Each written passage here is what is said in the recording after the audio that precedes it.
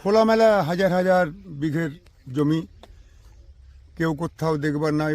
BSF আছেন অনেক দূরে, এদিকে একটু দূরেই দেখা যাচ্ছে বাংলাদেশ বর্ডার ওদের বাহিনীর ক্যাম্প।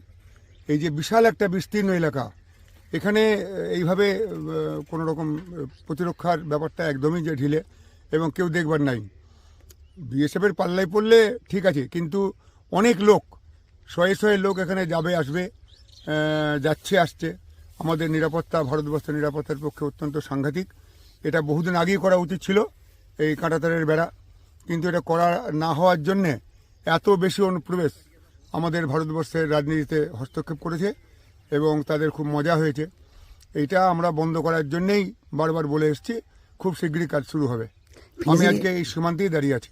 এসব কিছু অসুবিধার কথা বললো, তাদের নিজ অসুবিধার কথা বললো, এবং তারা কেন্দ্র সরকারের বিশ্বাস রেখে যেভাবে কাজ করছেন, অনেক কিছু অসুবিধার মধ্যে অত্যন্ত প্রশংসনীয়, এবং তারা এখন খুব ভালো কাজকর্ম করছেন বলে আমরা দেখে এলাম।